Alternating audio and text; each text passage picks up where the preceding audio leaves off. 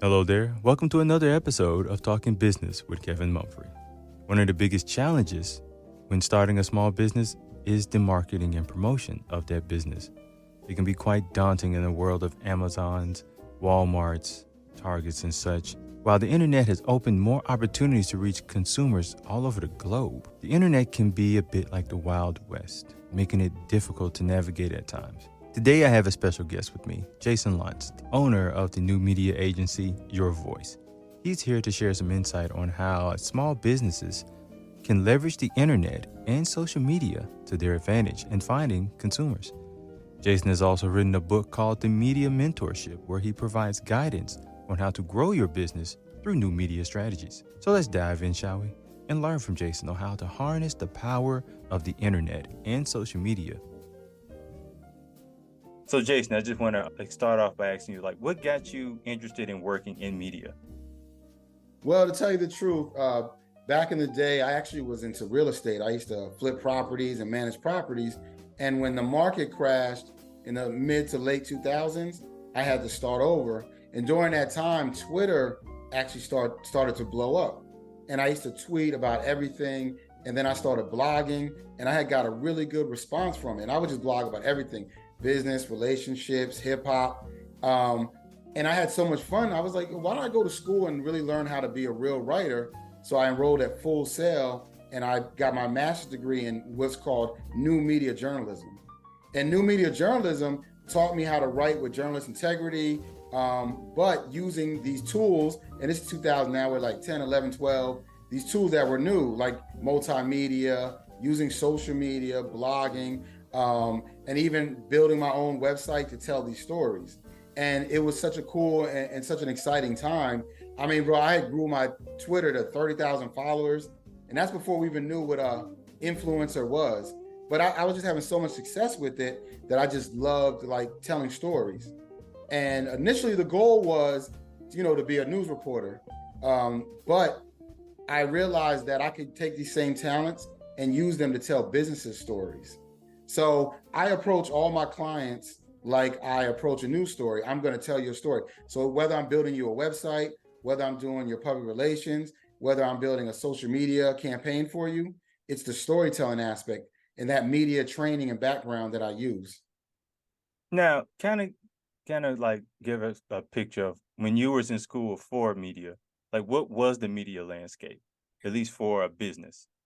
So at that time, we were coming out of the era where we're coming into the era where Facebook was really exploding. MySpace was definitely on the way out.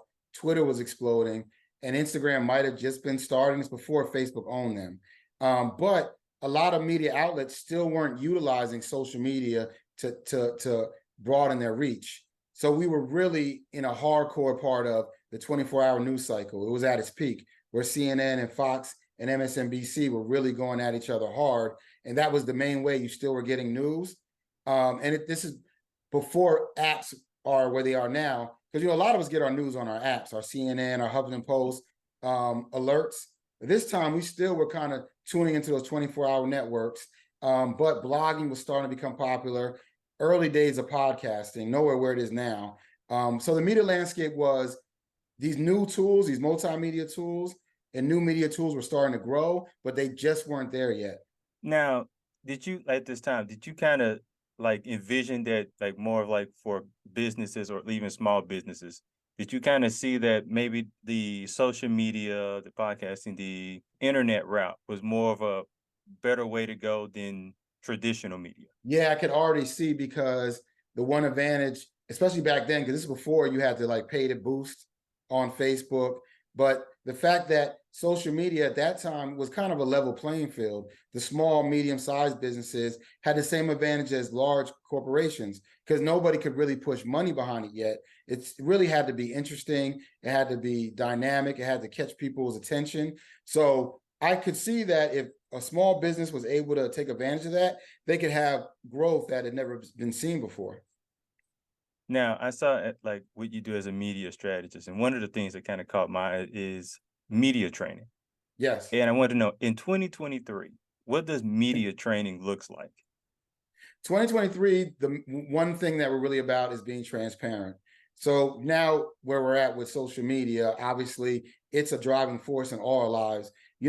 There's so many people, I don't have the exact numbers, but a lot of people, the first thing they do when they wake up is they check their social media. Yeah. They're going right on the gram, Facebook, or TikTok to see what they might have missed. So right now, people are looking for the truth behind brands and the way they spend money. So when people spend money now, they want you to know, hey, I shop here. I bought this because it's a Black-owned business, because it's a woman-owned business, because it's a veteran-owned business. So the first thing with media training now is, please don't be afraid to tell your story. We find so many people that are always like, I just want it to be about the product. I want the hamburgers I cook to talk for themselves, or the candles that I make, or, whatever the business they're into. But the reality is, the only thing that can separate you from these large businesses that are doing the same thing you do is you. So the media training is, we start off with, please tell your story, because your story is what's going to attract that new customer, that new client. Now, in today's media landscape, I read in your book that you said that traditional media still has power. Yes. Now, for someone who's probably like in their 20s, may say that's kind of ridiculous. So, like, what do you see as, how does traditional media still have power? Well, I know that obviously, younger people, younger millennials and Gen Zs, yes, they're not watching regular television, right? And they're not reading newspapers. But all these traditional media outlets are now utilizing social media and new media to get their point across. So yeah, they may not sit and watch an hour of MSNBC, but when you go on YouTube, you're getting them 8-minute clips, right? You're getting them 5-minute clips. So it's still reaching out to you. So you still want to say, hey, how do I get on this news program? How do I get in this newspaper? Every newspaper in the country is going to do a digital version as well. So when you're approaching them, you might be like, hey, none of my customers are reading the paper, but they are going online. And that gives you the ability to share it. And then there is still, baby boomers is still the largest generation. And there's still a lot of people 60 plus that read newspapers and watch regular television. And yes, millennials is a generation that's almost as large, if not larger, but the baby boomer has the buying power. So it is going to change, and it's changing rapidly. But right now, media is getting most of its money still from large corporations that are trying to advertise to people that can spend money, if that makes sense. Yeah. Now, you mentioned newspapers, which, I mean, like I said, it's definitely gone to a decline in the last at least 10 years. Oh, yes. So, like, for a small business that wants to put themselves out there, like, how could they utilize the newspapers? Well, there's a couple advantages of going after the newspaper first. When you're trying to get to that larger media, that let's say you're in tech, you have a new app, and you want to get in Wired magazine. Before Wired magazine is really going to even waste time on you, they are going to try to see who else has covered you. That's where the newspaper comes in, especially your local newspaper that's niche to your community or your area, because they always need content. So if you can get an article in the Tennessee Tribune to start off with, right, which is a Black-owned newspaper here in Nashville, which has a very strong presence in the African-American community, then you may be able to get in the Tennessean or the Scene, which are larger, more general publications, right? Then with those, now you might be able to present yourself to a more regional and then national publication. So I think the newspaper is still a great way to start, to show that there is true interest in the story you're telling for your business. So you use the newspaper as almost kind of to lay your groundwork on your business. Yeah, the groundwork of showing proof that there are people interested. Because again, every level of media, from the small local newspaper to the national magazine that has 1 million followers on their website, everybody is still, their businesses too, right? So they're trying to get advertisement. They're trying to get ads. So if the small newspaper thinks you're a good story and it helped them get more ads revenue, then the medium-sized publication will feel that way to the large one. In the end, people have to be interested in the story you're telling. And Kev, that's why we always say, look, it's cool that you've got the new thing that you're selling, but it's the story that's going to attract the viewers and the readership, right? Because look at Nashville, there's hundreds and hundreds of new restaurants, right? So yes, and some are good, some aren't. But what's going to make me as a journalist want to cover? I can't cover every new restaurant. There's only so much time in a day. But if you come with me with a great story, like hey, let's say you were a juvenile delinquent and then you went into a program that taught you how to cook. Now you're a chef and you open a restaurant and you hire other young people to get them off the street, right? To work in your restaurant. That's a story. That's something that that's more important than if you make a great hamburger. That's a news story. That's a news story, yes. And that's what the book is about, explaining, as you read it, getting that story out and really being intentional about that. Now, what made you actually want to write this book? Well, the truth is, at my company, Your Voice, we do a variety of things. We do web design, we do email marketing, social media consulting, we do graphic design, but we also do some offline marketing and services. And a big part of that is public and media relations. And public and media relations is basically, we want to be that voice for you to get that media coverage you're looking for. And that's from press releases, using our connections, helping you host events that press would want to come to. But a lot of small businesses, they're bootstrapping, they're trying their best, and they can't always afford our services. Now, we try to make our stuff very affordable. One of our missions is to give small businesses the same tools that large ones do. But, to keep it real, we still got to keep the lights on. And I got a lot of people to pay, so I can only budget as much as I can. So then I was like, well, what's a way I can help these small businesses? Most small businesses are bootstrapping anyway, and they're out there doing a lot of their own work. So if they can read this book, get some tips, they can actually read this book, follow the guidelines, and get that media coverage they want. It'd be easier, obviously, to hire me or a company like me, but when you're a small business, you got to do what you got to do. So you may not be able to afford the price of a press release, but you can drop $15 on the ebook. Someone may say, like, you're basically giving them, the game in which you play. Mm-hmm. Do you feel like, or do you even worry about, like, we're putting out this book that someone, may use it, do it for themselves? Maybe a lot of people will, and may not use your service. Well, the one thing I realized, and I learned this a long time ago, especially with clients and I'll give you a good example. If you and me opened up a cupcake spot, right, and everyone loves our velvet cupcakes, a lot of people be like, well, keep that, recipe a secret. Nah, man, I'm gonna put that on Facebook. This is the ingredients to our cupcake. And guess what? When you go home and try to make it, one, you're gonna be like, golly, it's a lot of work. Two, it ain't gonna taste as good as ours, because this is what we do. So in the end, you can give away some of your trade secrets to let people know you're serious about it. They can try their best. They may have okay results, but as soon as they can afford it to pay you to do it, they're probably gonna pay you. They can't do it your way. They don't have your style. Yeah, now they can have success with it. But eventually, as their business grows, they could be like, wow, we got on Talk of the Town in Nashville. We got on a couple newspapers on our own. But every time they release something or a new story, it's going to be hard for them to keep stopping and doing it again on their own, because they need to be focusing on their business. So this is a great way to introduce yourself. What we're hoping is you get a few articles written about you, you get more business, you make more money, then you can afford someone like me. And then at that point, you're too busy to be focusing on that. You can afford someone else to focus on that type of stuff. But in the beginning, look, if you got to write your own press release, right? In the beginning, if you got to go on Squarespace and build your own website, whatever you got to do in the beginning. But eventually, you're going to want to hire a web designer to build that site out. Eventually, you're going to hire a marketing firm to do your social media. But in the beginning, the more tips we can do to help you grow, the better it is. Now, you mentioned about press release. Now, I mean, most people have heard about what a press release is, but probably haven't seen one. Yeah. So what's the benefit of a press release? So a press release, think of it as an article that was written specifically for you. So rather than a news article, which is written and basically, unless it has an editorial spin or commentary, normally it's going to just be the facts about you. And they'll try to use a couple quotes to try to really draw in a bigger picture of the story. But that's what news is. This is what it is. This is a business, what they do. In your press release, the article's written about you and it's pitching you to other journalists. So the point of it is, before you call a journalist, they want to have something they can read. Now they have an understanding. So then when you call them or contact them, they've already got an idea in their head of what it is that you're pitching. So it could be the opening of a new business. It could be a new product. It could be a great discount sale.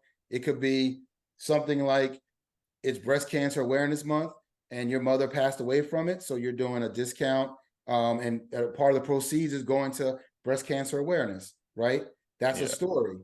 But just calling someone and saying, hey, I got a story because I'm doing breast cancer, that's not enough. The press release writes that in an article form, so when a journalist reads it, he's like, okay, I got an idea of what this is. Now, do you normally send those press release like just to like news stations, radio stations? Do you send those to, I don't know, bloggers or even podcasters as well? Man, that's a great question. And in fact, I was thinking about it after I released. I was like, I want to do a volume 2 because media changes so quickly. Like the day before I published the book is when I mean, a couple days before I was almost done is when Twitter changed its name to X. So I had to go back and everywhere where Twitter was, I had to put in parentheses, X, formerly known as Twitter. So even that, I was like, oh, I didn't really talk enough about blogging and podcasts. I was like, I got to put that in volume 2.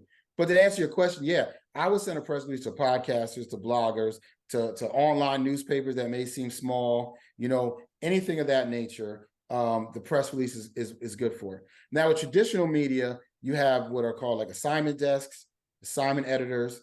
So you can send your press release to, let's say, the local affiliate for Fox News or ABC News. You can email it to the journalist you want to cover you, but you also want to CC the desk, the assignment desk, and the producers. So if you can get that information, because the assignment desk is the one that's really going to make that final call. So yeah, you want to send it out to anyone in media, radio stations, whether it's small or big. I say any media that covers you is good media. Now, how would you go about, let's say, when you're either wanting to focus your product on traditional media or more social media, online? Like how would you kind of navigate that? Well, I think that social media should be always your focus because, as I say in the book, social media can actually get you more press. Following the right journalists for your social media is helpful, but also giving information out because when people are writing news articles and, let's say you're a realtor and you give great information and a journalist is doing an article on the real estate market right now, right? And you're always giving these great tips. They might come to you and be like, hey, can I get a quote from you about where this market is at? Now, if you give them that quote, when you're ready for an article down the road, they're going to remember that. So social media helps with that, helps you grow in an authority in your space. People love to get information from you. So when they think about buying that thing that you always talk about, you'll be first on their mind. I still think traditional media has great value because normally you're not paying for traditional media. So people psychologically, when they see it, they're like, okay, this must be important because they know that majority of newspapers or TV shows didn't pay you. It's called earned media. You earn that media. So you want to have a focus on that, but that social media, that's so important nowadays. Now, because you have to always kind of keep an eye on the new trends or the comings and goings of certain media. What do you think is the future of traditional media? Like, let's say within the next decade per se, do you think it'll still have the power it's currently at?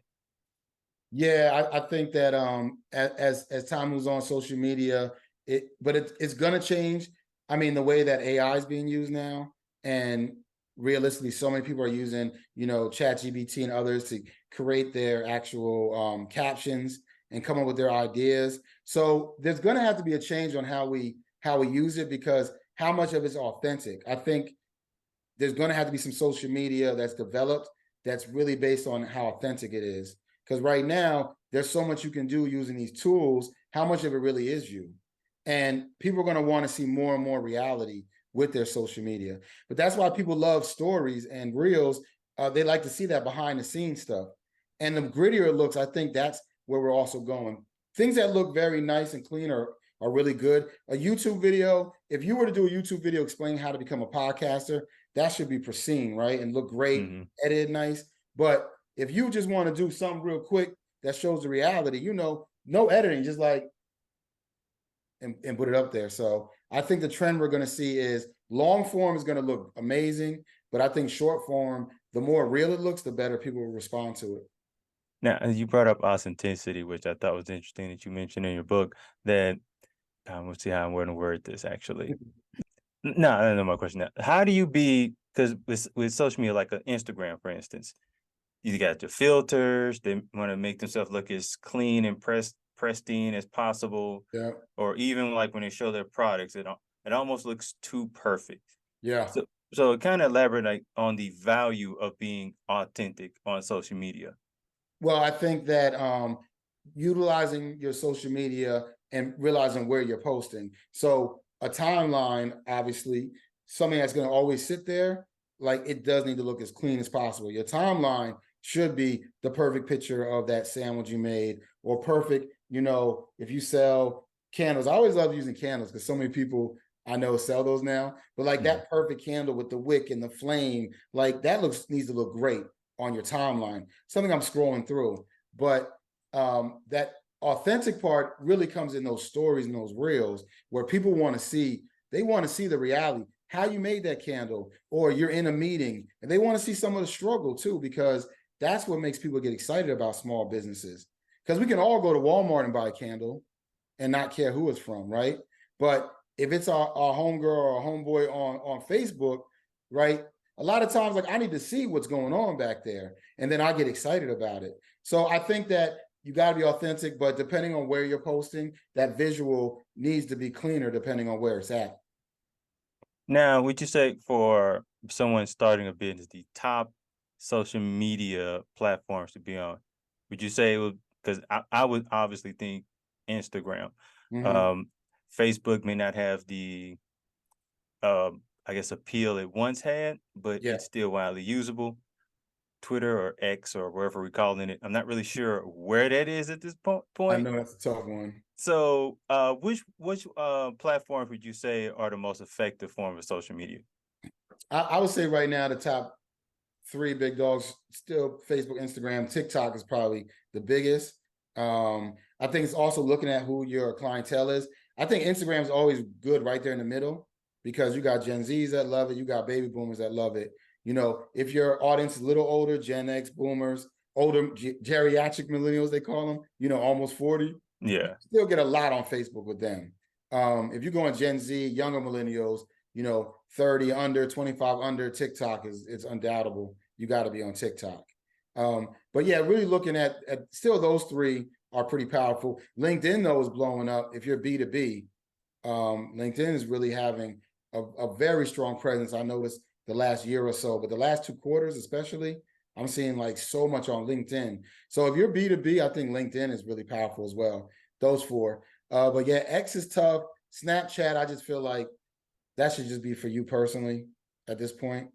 And the rest of them, there's not really too many that are really hitting like they used to. Now you mentioned LinkedIn, which I necessarily didn't think about. One, could you kind of explain what a B2B is, and what is it about Okay. LinkedIn that is probably is more effective for a business? Well, B2B, it means business to business as opposed to B2C, which is business to consumer. So when you're B2B, like your voice is B2B. Majority of our business, we build websites for our businesses, so we work with other businesses, we're B2B. And LinkedIn, I really think it's because if you go on there now, they made it more user-friendly and they kind of made it pop a little bit, kind of like Facebook. They got lives on it now, the hashtags, you can tag people, upload your photos. The timeline looks very similar to Facebook to me. And I think that is what really pushed them over the edge. I think if I think about it 2, 3, 4 years ago, LinkedIn it was just kind of boring when you looked at it and you didn't really know Yeah, what you were doing on it. you Yeah. just kind of had it to have it. Yeah, yeah. And now it gives you and it's giving you the great alerts, like the people that you follow, and it's telling you everybody's congratulating somebody. You're like, oh, let me jump on there. And then you're like, oh, wow, they just did a TEDx talk or they just released a new book. That's pretty exciting. So now you mentioned the B2B and the B2C. Now, what for a company, what would you, or a startup, what kind of elements would deciding going to a B2B, or should they decide to go straight to consumer? I think that when you're looking at your service, is it something that the general public needs, or is it something that will help other businesses grow? So like when you think about a lot of people are into like the weight loss thing, right? if you're a weight loss guru and you sell products like shakes or the body wraps, or you even train people, that's going to be probably majority B2C, because that's something that the average person could jump on. And then as that grows and you have proof of concept, you can shift the gears to B2B and be like, all right, we do so good with this. Maybe, the new Amazon that opened up with 1,000 employees, maybe we can give them some kind of deal if they buy, include us in their benefit package or their wellness package. But initially, depending on what you do, you can have that focus on, is this something consumers need, like general public, or is it something that other businesses need? Like if you start flipping cars, or you buy a little car lot, yeah, you're going to try to get the average person to buy your cars. But if all of a sudden you got enough money, you're opening car lots everywhere, you might be like, you know what, we can offer fleets to other businesses. And then some businesses are just for B2B. If you're dealing with steel, I think only another business is going to buy that, or lumber, you know what I'm saying? Like that are major commodities, are going to be focused on B2B. Now, we were talking about Twitter X. I'll just call it that for this Twitter X, I like that. I'm going to start calling it that. I'm just going to put them both together. Now, because it's kind of in a state of flux, was there a point in which Twitter X was beneficial for business, and also Threads? Do you see that kind of taking place, being what Twitter X was? Yes. So that's interesting too, because I would love to even ask someone else, if you remember when Threads first dropped, right? It was like such a great excitement about it. Oh yeah. All of a sudden, I haven't heard anything about it lately. So it has the ability, because it's Facebook, Instagram owned, Meta owns it, and the Instagram part. But on the flip side, it's so much like X. I don't know if it's really like popping like that. But the more decisions that X makes, and the more that it seems to lean to this conservative, right-leaning, Threads might be able to jump on that and take advantage of it. It's still so new. I'm just not sure. I've tried it. I haven't really got excited about it yet, but it does have. If it keeps going, it could take advantage of that lane, because I do know a lot of people leaving Twitter. What would we say? Twitter X? Twitter X. Yeah. I know a lot of people leaving Twitter X like daily. That's like a big thing. So Threads can, if they do it right, they could jump on it. Now, I'm someone that's on Threads, and it really feels like an uncooked product. Okay. Like it's in the stove. Like they're doing stuff to it. And yeah, it doesn't. Yeah, I mean, it was a great excitement on it. I loved it for a week because it seemed like it had everything that I liked about Twitter X without the toxicity and without the little crazy conversations. You still, I mean, you get a little bit of the conversations now, but it doesn't feel as bad as Twitter X, where to me, when I go on there, it felt like everybody's thoughts that I really didn't need to hear. Everyone, people complaining. So it just would be a little too much. Because I mean, I still have my Twitter X profile, but it's just there to really be there. Yeah, and you know what I've also been wondering too, like with our websites, we always put like the social media icons on the footer. You have the LinkedIn, the Twitter, but now I'm like, does that mean we got to go back to every website and put an X there now instead of a Twitter? Honestly, that X logo looks like a porno logo. I don't understand. I wouldn't. So when it showed up on my phone, I'm like, I know I didn't download this. Like I thought I got hacked. So I know you're like, I was a little nervous because I almost deleted it because I was like, oh no, my phone's messed up. And I had just got my new phone when this happened too. I was like, nah, something going wrong. But luckily, I saw something saying that the change was happening. Yeah. It definitely is interesting. And have you tried the other one with Spills? I've honestly recently heard of. I haven't tried it yet. Okay, so Spills is Black owned. I think a couple of Black brothers that got fired from Twitter when they went through their first sweep started. Yeah. So it's kind of like a Twitter thing, but it's more about you like post memes and then you comment on them. But it's same way you said, like it feels uncooked, like it's not really finalized all the way. So yeah. I tried a little bit, but it didn't really grab me yet. Now, do you think Spills could be kind of a spot for Black-owned businesses? Yeah, I mean, if they can get it together tighter, and it got to be a little more user friendly, because right now, even me, and I've been working with social media for over a decade, it's still like I'm like, what am I? How am I following people? It's still trying to figure it out. That's the tough part. But if they do, because Black Twitter is a big reason why Twitter grew, especially in the last 5 years. Yes. And if Black people are leaving Twitter X, then somebody got to grab them up, because we got a lot to say out here. Absolutely. Now, I wanted to get into AI because, especially in Yeah, the last few months, it has been like a topic of conversation for a lot of industries. A lot of people are afraid it's going to take their jobs. Hollywood is one of the reasons Hollywood is even on strike. Yes. But you don't seem to have a fear of AI. So why doesn't AI is a fear for you?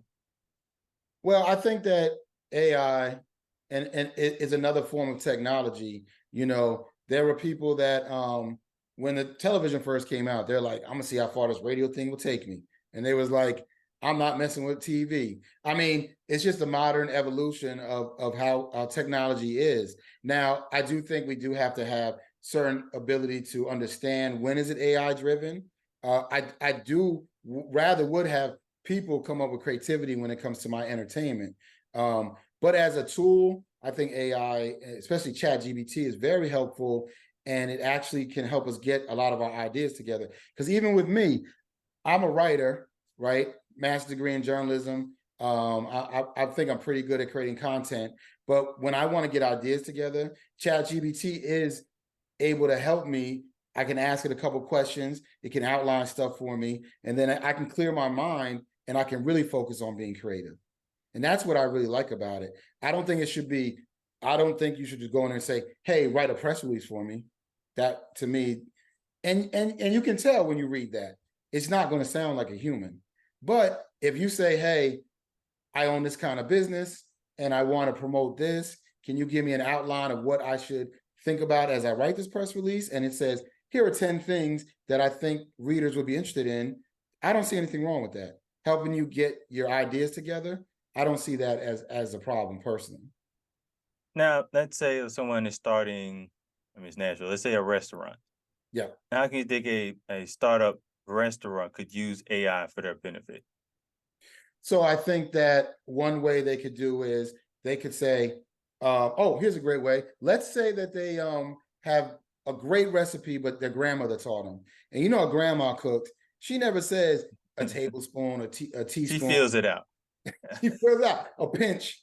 We do a pinch of cayenne. We do, a dash of this, right? Now you could write that to chat and be like, my grandma's world famous mac and cheese, and these are the ingredients she did in. It tasted like this. She said a dash of that. It could finite that and actually write that out for you as a real recipe. It'll be able to figure that out. And then you could try that recipe, cook it, and if it tastes like your grandma's, then you somewhere. But you trying to figure that out, which you can do if you're a professional cook, that could take a long time. But if you just type that out to chat comes back, and chat will be like, it sounds like to me, you need a tablespoon of this, you need a cup of milk, you need this amount of cheese, right? Mm-hmm. And then you try that recipe and it tastes like what you've been doing in your mind. That's an advantage right there. And also, you can come up with some great marketing ideas. You can say, hey, I'm a new restaurant on Buchanan in North Nashville, which is a historical Black neighborhood. We're doing soul food. We want to give props to the neighborhood, but we also want to give props to New Nashville. Give it that kind of information. This is my logo. What's some ideas you think I could promote it? And then it could list those out for you. Now, you still got to get out and do the work. Obviously, chat can't make the flyer for you, and chat can't knock on doors for you, but it can give you an outline.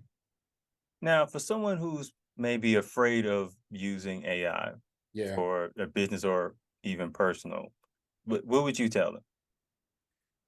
I would say, look, I know that we all saw Terminator growing up, but it's not Skynet. It's not Skynet. I mean, it does have parameters. It's not connected directly to the internet, at this time. But to me, it's another tool. And those same people that are scared of AI were scared of posting a picture of what they ate 5 years ago. 5 years ago, people would be like, I'm so tired of seeing people's pizza and tacos on my Facebook. Now those same people are doing it. So naturally, some of us are early adapters, right? Yeah. Majority of us are going to be somewhere there in the middle. And then you got some people it takes a long time. They lag behind before they get on technology. But everyone got to do what they feel comfortable with. I would never try to talk anyone to using AI, but I do think if you use it properly, it can help your business, and it can help with even daily tasks. I mean, a daily task like this: it's raining outside. I got 2 kids. I need some indoor activities. Chat will come up with some indoor activities for you. Now you can spend more time doing the activities than having to think about it. That's actually a good one for the parents out there, because That was a great, yeah. And if you explain more about your child, 1 is 5, 1 is 7, one loves Star Wars, one loves Marvel comics, whatever it is, it can give you more info. Now, if you don't feel comfortable giving a lot of info about your family, I respect that. But you can still ask the generic questions too. now in the book, I thought it was interesting that you used case studies. Yeah. One that was rather interesting to me was Beyonce that you use. Yes. So why particularly her album release? Like, why particularly that one? Well, I just remember the very first time it happened, it was like, even if you weren't part of the Beehive or like a big Beyonce fan, that first time she dropped the album overnight, like that was like unthinkable. I never even heard it. We always bought albums on Tuesdays before streaming, and you knew, and you used to know, like, oh, Nas' new album is dropping in 3 weeks, like the way a movie is. You know when a new movie's coming out, right?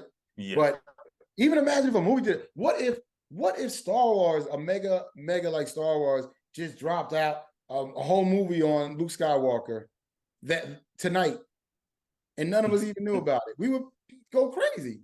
So I was just thinking about how the way that Beyonce approaches dropping stuff without warning you, even the way she did the Lemonade, long form video. I mean, she just does so much that continues to grow her brand.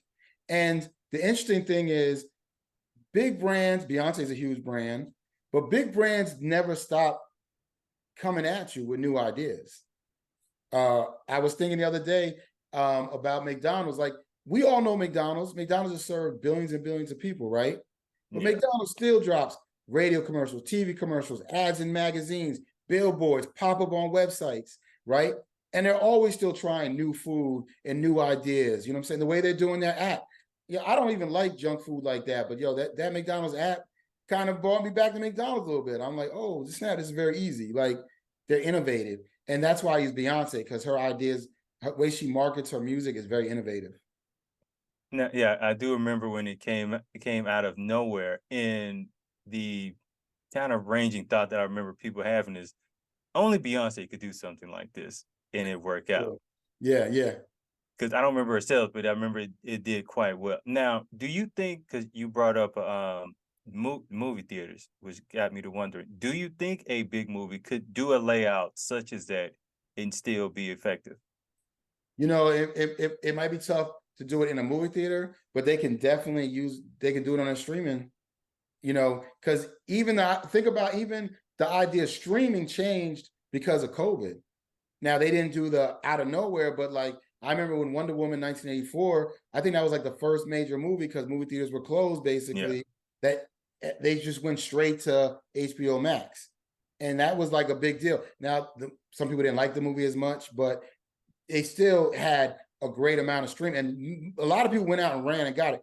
Or Disney, when there was no movie theaters, they had a streaming network, Disney Plus, but they charged for the very first time for not Scarlet Witch, the woman that died, and the one that always works with Hawkeye. There's so many of them. I keep forgetting it. Yeah, it would come to me, but she Black Widow. So okay, I got when Black Widow dropped, they were like, look, even if you already pay your $12 a month, this Black Widow is $29.99. But they made crazy money off it because it was just like a whole new idea. So yeah, a movie theater might be tough, but if they just dropped a banging movie and no one knew it was out and it just dropped, I mean, I think that it would be pretty large. Now, another case study you used was Nike, as far as them siding with Colin Kaepernick, which was controversial at the time. Yeah. But it seemed to have worked out for them. Now, why do you think that it worked out for Nike? Well, I think that we live in a time, and it probably started in that era we were talking about earlier, when social media was growing and 24 news cycle was there. But if you notice those last 10, 12 years, you're either conservative or you're liberal, right? You got to pick a size. When we were growing up, you might be, pro-choice, but you might also be pro-death penalty. You could be conservative and liberal. Now you got to pick one or the other. And so some companies are putting their flag in the ground. They're like, look, this is what we're going to run with. And I thought that Nike was brilliant because the truth is the NFL and most majority sports, except maybe hockey and soccer, majority of the athletes are African-American or Latino, people of color, right? Yeah. So I think that Nike's like, look, these athletes are Black. This issue is important to people. A lot of people that buy Nikes are Black or into hip hop or into justice. And I thought that it taking a stance and saying, look, we're going to roll with who our customers are. I think it's smart. Now you see the opposite. Bud Light, had a trans individual as a spokesperson, and since so many people that drink Bud Light, they're not quote unquote woke or into that kind of thing. There was some backlash on it. But me as a liberal person, I appreciate that they did it, but was it the best move? You can take these grand gestures, but you also have to know who your customers are. Unless you are like, look, we're good. Anheuser-Busch has unlimited amount of products and beers, right? Some beers that people don't even know they own, like Corona and Stella, right? So they still gonna get paid, so they can take those shots. But I do think that if you know your core audience and this is where they're at, go ahead and be authentic and go ahead and support what you want to support. Because people spend money again. There's certain stores I don't spend money at because I know who they support politically. And there's certain stores I do spend money at because of who they support. So I say, if you're not afraid of backlash, go for it.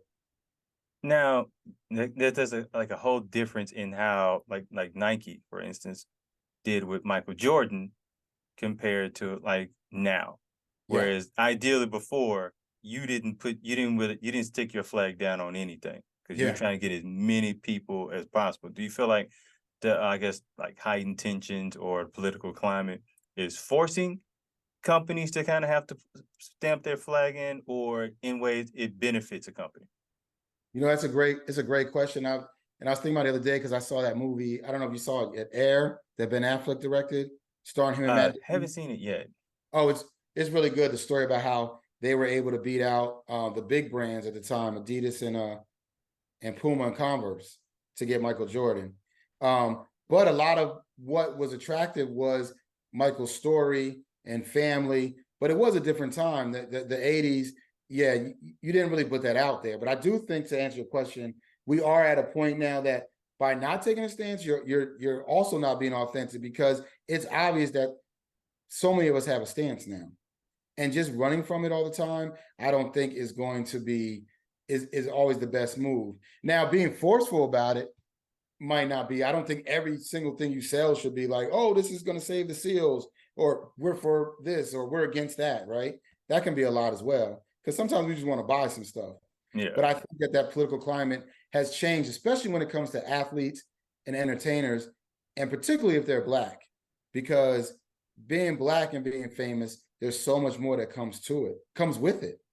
Your opinions matter. And if a Black athlete says something that majority of us, or a Black entertainer like Kanye, right? Yeah. Like, when you say certain things, you don't just represent yourself, you represent the race, which isn't fair, but it's true. Now, do you feel like certain brands that they can do this because they're maybe too big to fail? Yeah, and I mean, it is a lot easier for Nike to say, we're going to do this and we're going to support this man who's taking a stance against police brutality and racism in America, because look, we worth billions and you can't stop us, right?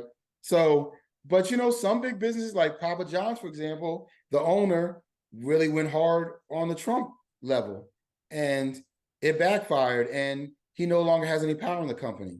They had to change, they had to really shift away from that. They had to hire a Black person like Shaquille O'Neal to be like, nah, we do like Black people. You know what I'm saying? And The So you biggest can black be person big. they can find. Yeah. Well, Shaquille O'Neal, one thing about him, he gonna push a product. Oh yeah, He don't got no definitely. problem, which isn't nothing wrong with it, just keeping it real. But which is funny. But yeah, sometimes you can think that you're big, but you had the Chick-fil-A. Everyone loves Chick-fil-A, right? But they Yeah. went real hard on like an anti-gay stance. And there was a moment where people they had to like really go away from that. So you can be too big to fail, but what are you leaning into? Because if you're going to lean into something that's conservative, a lot of younger people are not going to, even if they're conservative politically, socially, they're gonna have issues with that. Because left leaning is always about progress. So if you're not progressing, you might as well just leave it alone and say, look, we don't discuss that.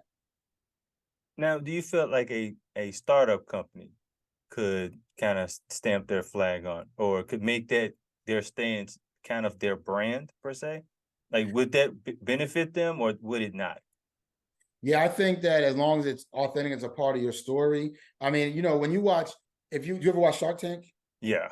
So when you watch Shark Tank, a lot of those brands that are doing well, they always take like the Tom shoe model. You remember Tom's, every shoe you buy, they give a shoe to an underdeveloped country.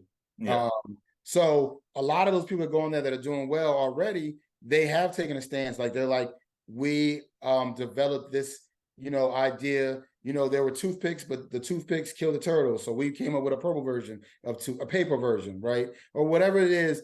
And they're taking a stance on climate change. They're taking a stance on supporting underdeveloped, African countries. They're taking a stance. So if you start off like that and it's a part of your story and you mean it, I think that it can be powerful. And I think sometimes it's even better than that, doing that instead of a nonprofit.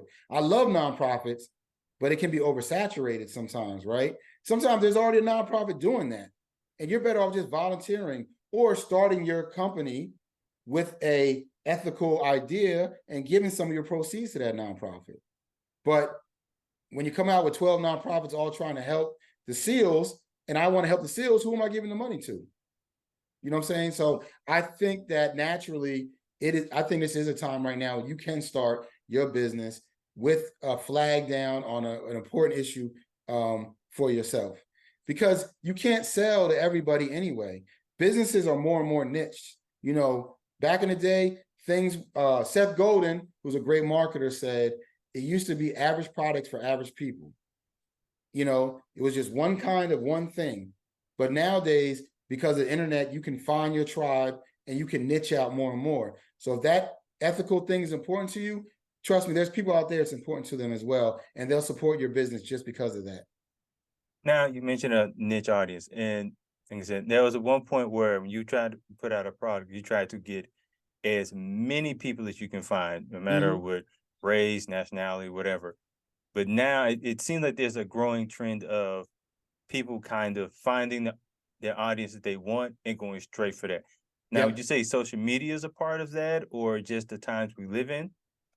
Yeah, I think social media really drives that because, there was a time where you couldn't find like-minded people that easy. There's always people, they talk about, I can't wait to move out of this town because no one here likes what I like. I remember growing up, and it wasn't a lot of kids in it wasn't a lot of Black kids in my neighborhood that loved Star Wars, right? That was hard to find. Now, because of the internet, I found out there's lots of people of all races and nationalities that love Star Wars, and we can communicate with each other about our love for this particular, entertainment. And it's the same thing with your products. Before, you did have to try to mass market everything and make it as regular as possible. And I'll give you another example. You see this even with something as boring as soap, dish detergent. It used to be, or washing your clothes. Dish laundry used to be 1 cent. It was Dawn, Blue Dawn, right? Now you got tropical and Bahama, pineapple scented and mint, right? You got all these different versions of it because now you have the ability to find the person that wants that particular kind. But when you only had, 3 networks on TV, a couple newspapers in your town, and 5 radio stations, when you were advertising, you had to try to get as much people as possible. So you just made the most normal thing you could. And now, because of social media, you can find people that like the thing that you're selling, regardless of how different or weird it is. Because if you like it, someone else loves it. Now, do you fear for what you do exactly, that we may have like eventually oversaturated with social media? There's just so many different forms of social media that it kind of makes it harder for a business to kind of find their audience. Man, I think that, yeah, social media, there's an oversaturation. I mean, personally, I'm trying not to be that guy that just goes on social media when I wake up anymore. When I'm out with my friends or family at dinner, I'm really trying to like take this thing and put it down, right? And focus on the moment. Like Louis C.K. had a funny joke. He was like, he was at his daughter's recital, and he's like, and everybody is like recording their kid like this, right? And Oh then yeah. he's like, the HD in real life is amazing. The clarity of this is amazing. And it's like people are so obsessed with, let me record this now so I can post it on social. So sometimes, yeah, there is an oversaturation. Now, I don't want to ever get into old man and be like, old man yells at sky. You know what I'm saying? Like, Yeah. I'm upset about things being different. I understand why people want to share. And now you got a whole generation that, social media has been around since they was born, or like they came into consciousness.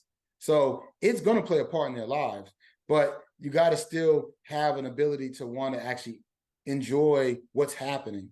The worst thing's like going to like a club or going to a bar and everyone's on their phone. And Oh it's like, yeah, yeah. I've heard conversations. Now, I haven't been in the clubs in a long time, but well, yeah, uh, but even like, a little day party, a barbecue, a get together at a friend's house. Sometimes you gotta be like, all right, y'all, what we gonna do here? We gonna just all be on our phones, or we gonna actually have a conversation? So social media, that is an issue, and it's something that we have to figure out as a society. And hopefully we'll come to grips with how to use that. But on the rise, though, you are going to see more and more activities that are more physically active, like escape rooms, paintballing, right? You start seeing more and more people doing stuff like that, because when they do spend time, they want to do things that are active and off their phones. So I think that's actually something that business owners need to keep looking at, is how can I make the experience more interactive of what I'm offering, and that can get people off social media and pay attention to what they're doing. now you say you kind of curate events too for companies and such. Yeah. So now when you have these events, they're going to have their phones out. They're Yeah. going to be tagging, which obviously works for you, but you also want to create an authentic experience. So how do you navigate the two?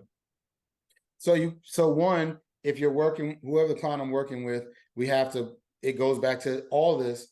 We need you to be a part of this. We need you to talk and participate, walk around, shake hands, and kiss babies, because one, I don't do what you do. I can help you expand on it and get people here, but I don't do that thing. So I can only do so much. So the owners, the staff, the people involved, they gotta be excited, and they gotta speak to people. And now they can't be afraid, because if they're kind of shy, it's going to be easy for them at the event to just be like this, Oh yeah.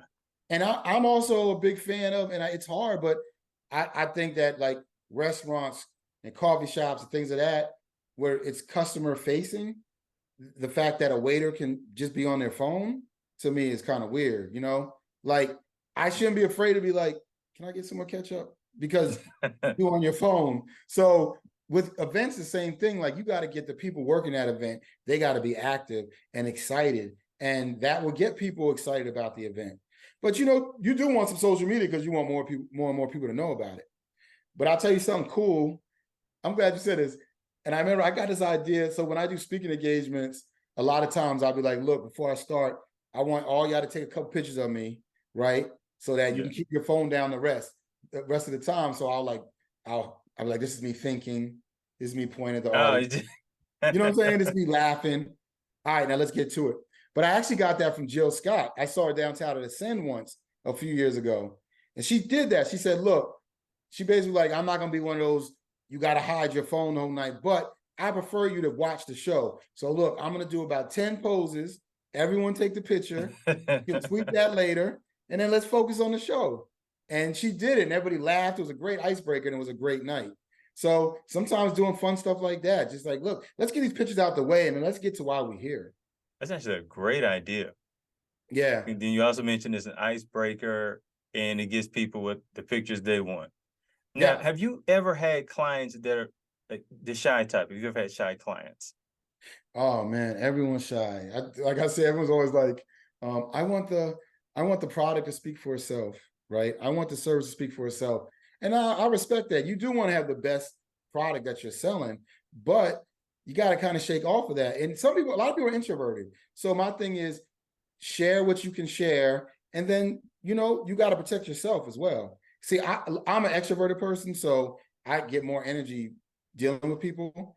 Some people are introverted and it's not as important to them. I just try to let them know that everybody has that fear, even an introverted person like me. Even before I get on the podcast with you right now, and this is my second one today, I still was a little nervous. Every time I do a speaking engagement, I'm still nervous, but that's what the beauty of it is, because nobody really wants to see anybody fail. Nobody's listening to this hoping I mess up my words or you ask a question that doesn't make sense. They want us to win. So I just tell people, I know you're shy, but most people are here to support you. You got a couple haters out there, but look, we don't Yeah. spend time on them. That's what I always say. We're not going to waste our time, because you can post something on social, get 100 comments, everyone says how dope it was. That one person is like, you're whack, is the one you Yeah. focus on the whole time. Like, And it's hard not to notice that one hard person. not to. But I just tell people when they're shy, just remember that most people want you to win, and that everyone you see out here, even the ones that make it look easy, they still have, some fear and some nervousness. Now, in your experience and with the clients you have, would you say like more business owners are probably a little more introverted or extroverted? Man, that's tough. I feel like certain businesses lean certain ways. Man, that's a great question. Because I know some people that it seems like you snap and they on, right? They work the room, they sell, they on TV talking about their business, they're taking over the events. But like when you get to know them, like they really can't wait to get away from all that. You spend time with them alone, they just chilling, So I think it's advantages to both personalities. Sometimes extroverted people can go too far and you don't want to push people, but introverted people sometimes are too quiet. But I think it's just it's a roll of the dice. I say yeah, it's half and half. I've dealt with both. Introverted people can be difficult though, because when we're having a meeting, sometimes we're like both trying to get it out. So like Yeah. you hired me, I gotta chill and then let you get it out first. So I'm an introvert myself. And when you Okay. talk about someone like snaps and put it on. So here's why that kind of works. When we know what we're going to talk about, it's easy to do it because we're just focusing on what we're talking about. It's that random conversation where we're just like, oh God, I gotta get out of here. I mean, we're tired either way, but Yeah. it's the random conversation where it's like, okay, so how do I start this conversation? What am I supposed to talk about? And it'll just drive us crazy. And how do you with the random conversation? So you're like saying we're watching the game and just trying to make small talk. That can be. That could be a nightmare. So how do you get around it? So I tell you, my brain is gonna go like 100 thoughts a minute because like, okay, what thing I can talk about? What thing I'm gonna try to find something. I bet we watching a basketball game. I'll bring usually sports are a great way to kind of start conversations, especially between men. So, oh man, Yeah. that was a dumb play, or oh no, that's my favorite play. Oh, I can't stand that guy. Oh, LeBron or Jordan, what do you think? So it's a lot easier. Sports is really easy to kind of navigate those conversations. Just in a restaurant, I may just bring up some random stupid fact. Like I don't know what's going to happen. Usually, I always kind of put myself in a way I either know the environment I'm in, Yeah. or so yeah, that's usually what I do. Like whatever I'm going to, if I just got to talk, okay, I'm going to this restaurant it's in this part of town. Who's going to be there? What's more than likely why they're there? And I'll usually just have three random things I can just bring up in my head. Wow. But you know what is weird, or not weird, but it's crazy, is you still are doing what you said. 'Cause you said it's easier when there's a purpose. So you're still making a purpose out of the conversation by coming up Yes. with facts or focusing on sports. Like that gives you a comfort level. And once you have a purpose to the conversation, it seems like it becomes easier. Yeah, I always have to have a purpose. Because if Yeah. there's no purpose, there's just I may ask you if you like cheese. I don't know what's going to come out of my mouth. Yeah. And I have Yeah. definitely done that on dates where it just got awkwardly quiet and just throw whatever random thing I could think of. And Okay. that usually ends horribly. Yeah. Well, when you're on dates and that happens, that's a good point. If she can get through that, you're like, oh, okay. One might be all right. Like I asked about cheese and she ran down the history of blue cheese. I'm excited now. She can It's the thing is, it could be exciting. And also, like, I just randomly threw that out there. I didn't really want a conversation out of it. yeah. Now I got to try to get so it can go horribly. Like usually I'll like with dating apps is kind of works for me because I can you kind of give a little bit about yourself. Yeah. I just use those and then add kind of that's my icebreakers or my conversation starters. Yeah. And then Yeah. I build from there. But for me, being an introvert, it's always a plan for a conversation. Because And if that not, makes sense. it's going to be awkward for all of us. And I like when you said, yeah, like I remember when I was single and I was on the dating apps, like it's so difficult for a person if they had no information on there, but if they had some information, that can be helpful to start a conversation. Yes. Usually if it's some girl with nothing on there but a pretty picture, I'm going to assume she's a bot anyway. So Yeah. I'm just going to really Right. not even my business. I have nothing to go with here. Yeah, I need something to go. But I think that with business owners, that's how I look at it too. Like, look, your customers are the people you trying to impress. You trying to date them. So get that conversation going. If I walk into a restaurant and the manager or the chef or the owner there, I love to see them walking around talking to tables. Like to me, that can make or break an experience. Hey, I just want to stop by, see how you're doing, but also being aware because some people don't want to talk. They into their steak. But some Reading the people room, love that. Yeah, you got to read. Damn, that's a good one too. Read the room. As an introvert, I do that a lot. You read the room. Guys too. Because you walk into something you ain't prepared for. But Awkward conversation. as an introvert though, how did you get into audio? It's funny. A lot of people ask me that because I also do acting. I do everything you wouldn't think an introvert would do. Me introverting is like, okay, with audio, I control the conversation.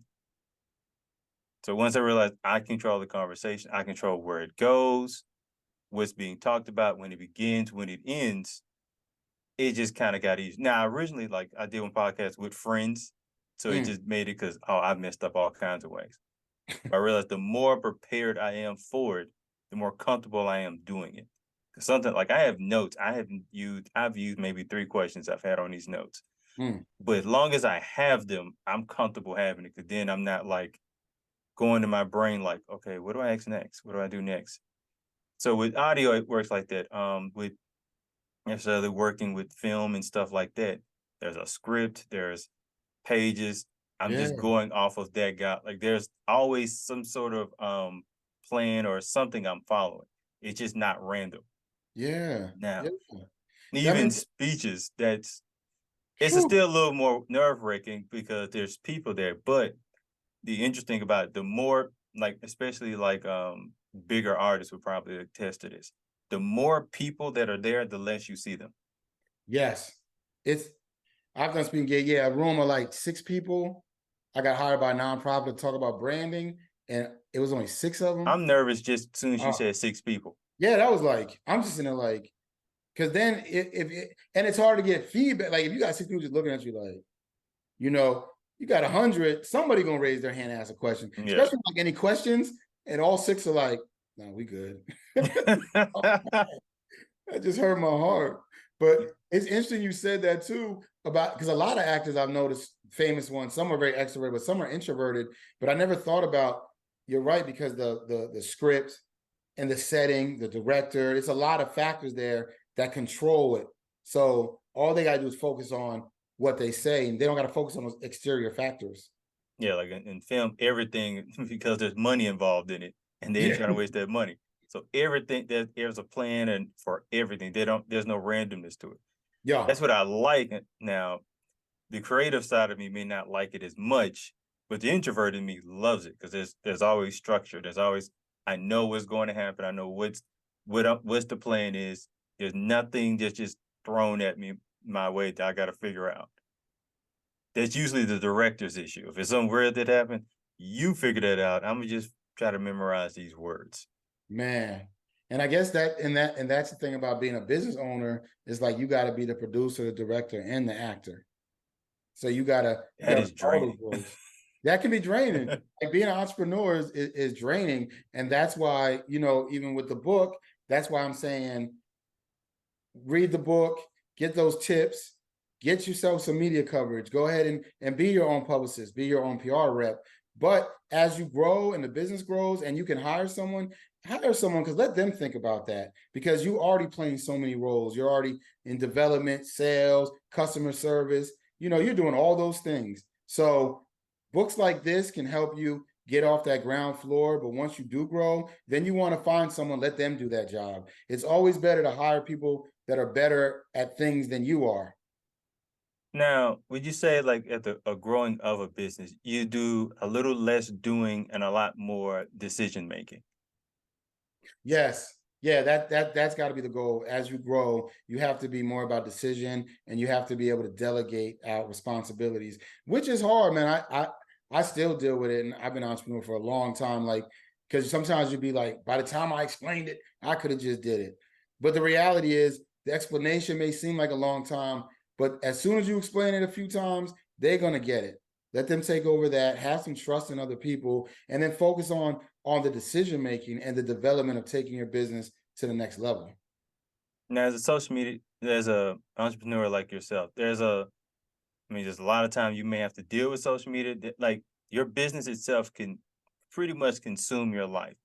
So how do you go about time management, like having time for yourself and time for your business, or knowing when to cut it off?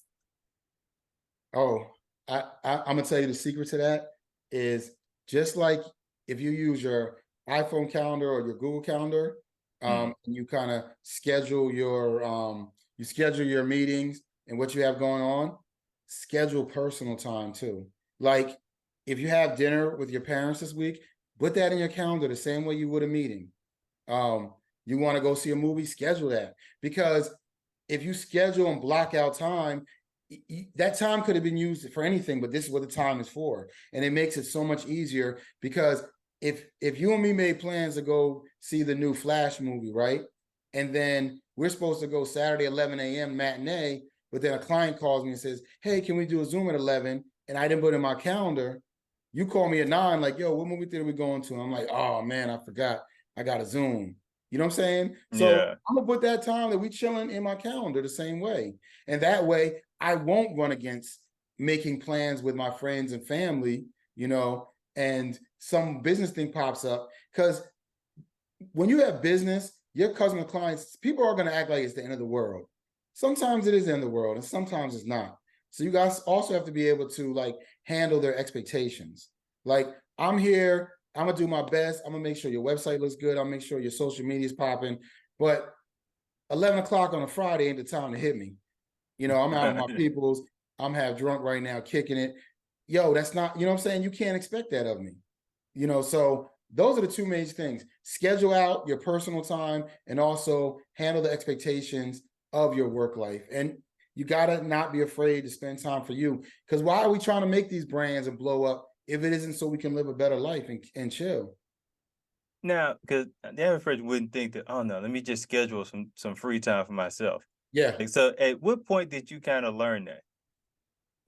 I think I learned that at a time like when maybe like 16, 17, and I really I loved my calendar, and I was going so hard off it.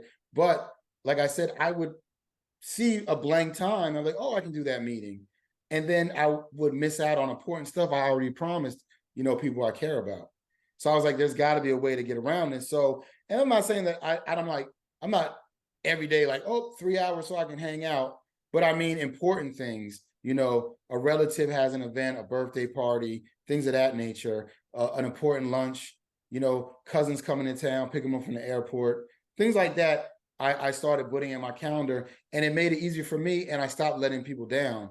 Because when you're an entrepreneur or creative like you, and you're growing a brand, this does become your number one priority. And while everyone is supporting you, eventually they start getting tired of, oh, I got to do another. Oh, I promised my Yeah. client. Oh, I'm on another set. You know what I'm saying? Yeah. So a lot of times if you use your calendar, Or when they call you and ask you to do that thing, you can be honest and look at your phone and say, oh, sorry, I already got a meeting set up that day. It's been going, I had it set for 3 weeks. So you can let them know too. But that way, if I ask you to do something with me and you say yes, when somebody asks you for some business, you can look at your calendar and go, oh, that's already blocked off. Now, if we wrap everything up, you want to just say like, you got the book out. So what other projects are you working on? So right now I'm loving this ebook. It's about 35, 40 pages. It's really cool, quick read. But I'm also working on like the next book's gonna be the book, 200-300 pages. Something I can do book signings. I'm gonna have it out there. So I got like 2 of them that I've really been working on, and I think that they're gonna be great. Also, me and my girlfriend been working on a children's book too. So we're kind of excited about that. So just been doing a lot of writing. And the other thing I'm excited about is like the websites that we've been doing lately. I like, there was a moment when I just almost was like, you know what? Just let people use Wix and Squarespace. I was almost just getting tired of doing websites, right? Yeah. Now I discovered that the same thing is like you tell stories, like telling brands stories on a website is so cool, and just really like using dope call to actions, like telling people where to go and using buttons rather than like saying learn more, read more, like discover our journey, a button that says that, like, and I know it's still business, but it's just so exciting to me, the future of storytelling with these online tools. Now, I usually like to end the podcast by asking every person I have on it, why do you love what you do? Man, that's great. I love what I do. Oh, I need to record this one for TikTok. Go right ahead. Yeah, no, I love what I do because I love storytelling. I love people, and I love working with small businesses. I love giving them the same tools and opportunities that their larger counterparts have. I love giving them that opportunity because seeing somebody come up with an idea and then spend time on it and physically make money off it and make a difference. And I know I played a small part of that. I love that feeling so much. So seeing a new brand grow and being able to look at it and say, wow, I helped them because I helped them understand what to do. I built their website. I helped them come up with their first tweet or Instagram post. Whatever it is, I just love that feeling. I would like to thank Jason for talking to me today, and I would also like to thank you for listening. Till next time, I'm Kevin Mumphrey, and this is Talking Business.